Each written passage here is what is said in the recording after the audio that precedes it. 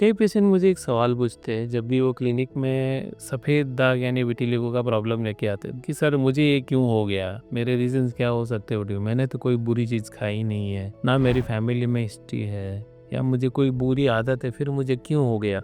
तो देखिए दोस्तों, विटिलिगो यानी कि एक सफ़ेद दाग का प्रॉब्लम, उसको समझने के लिए आपको उसके पीछे की साइंस जाननी पड़ेगी। आपका बॉडी का डिफेंस मैकेनिज्म, आपका गट हेल्थ और बाकी सारे रीजंस कैसे इसको अफेक्ट करते हैं वो जानना रहेगा। उसको अगर आप डीप में समझोगे तो आपको विटिलिगो का भी आपको रीजंस फाइंड आउट हो जाएगा। आज की ये वीडियो में हम ट्राई कर रहे हैं कि विटिलिगो क्यों होता है, आपको इसका जेनेटिक कनेक्शन क्या है, और हम लोग जो विटिलिगो एमडी में 3 पिलर अप्रोच आपको सजेस्ट करते हैं। एक ही कि अपना एंशिएंट आयुर्वेदा, दूसरा है मॉडर्न मेडिसिन, तीसरा है लाइट थेरापी। वो तीनों मिलके आपको कैसे जल्दी रिजल्ट दे सकते हैं बिना साइड इफेक्ट के, उसके बारे में बात करने जा रहे हैं। सबसे पहले तो समझने की कोशिश करते हैं कि हमारी जो स्किन होती है, स्किन का कलर कैसे बनता है। तो हमारी स्किन जो होती है उसमें कलर बनाने वाले सेल्स होते हैं, जो कि एक स्पेशल सेल होता है जिसका काम एक ही है कि वो रोज कलर बनाएगा। मेलानोसाइट इसको बोला जाता है। मेलानो बोले तो एक कलर, मेलानिन, और साइट बोले तो सेल। मेलानिन बनाने वाले, प्रोड्यूस करने वाले सेल्स। तो अपने कुछ स्वेट बनाने वाले सेल्स है, कुछ स्किन बनाने वाले सेल है, नेल, आईज, सब जगह सेल्स है। तो उनमें से मेलानिन बनाने वाले सेल्स डिसाइड करते हैं आपका स्किन का कलर कैसा रहेगा।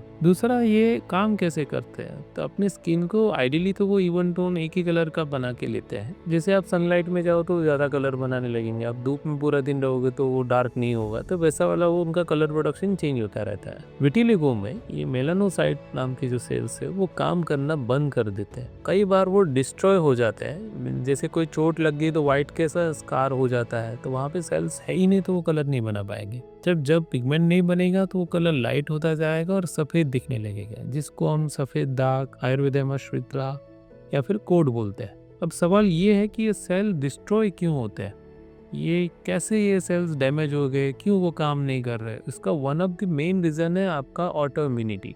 रोग प्रतिकारक क्षमता है वो अपनी बॉडी को नुकसान करने लगती है। तो नॉर्मली हमारा जो रोग प्रतिकारक क्षमता, इम्यून सिस्टम है, वो वायरस, बैक्टीरिया, बार्स के जम्स को डैमेज करता है, उससे हमें बचाता है, फीवर प्रोड्यूस करता है, सेल्स की संख्या बढ़ जाती है जब ऐसी सारी चीज़ें होती है। तो लेकिन विटिलिगो में ये सिस्टम थोड़ा कंफ्यूज रहता है, वो इम्बैलेंस में चला जाता है।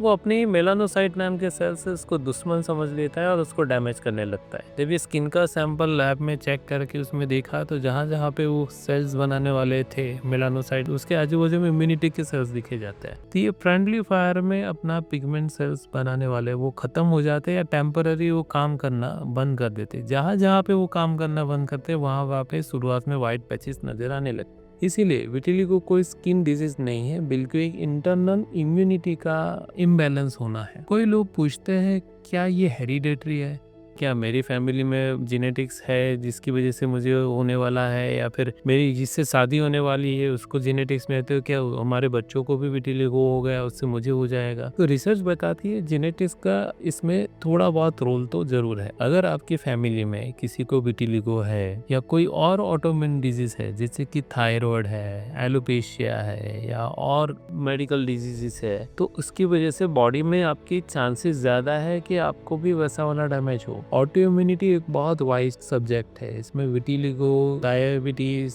थायराइड, बहुत सारी बीमारियां हैं। लेकिन याद रखिए, सिर्फ जीन्स होने से विटिलिगो नहीं होता, उसके लिए कुछ एक्सटर्नल ट्रिगर भी होते हैं जिसकी वजह से वो इम्यूनिटी में चेंजेस आते हैं। तो ये एक्सटर्नल ट्रिगर्स अगर आपने अच्छे से करेक्ट कर लिया तो आपका विटिलिगो भी अच्छे से करेक्ट हो जाएगा।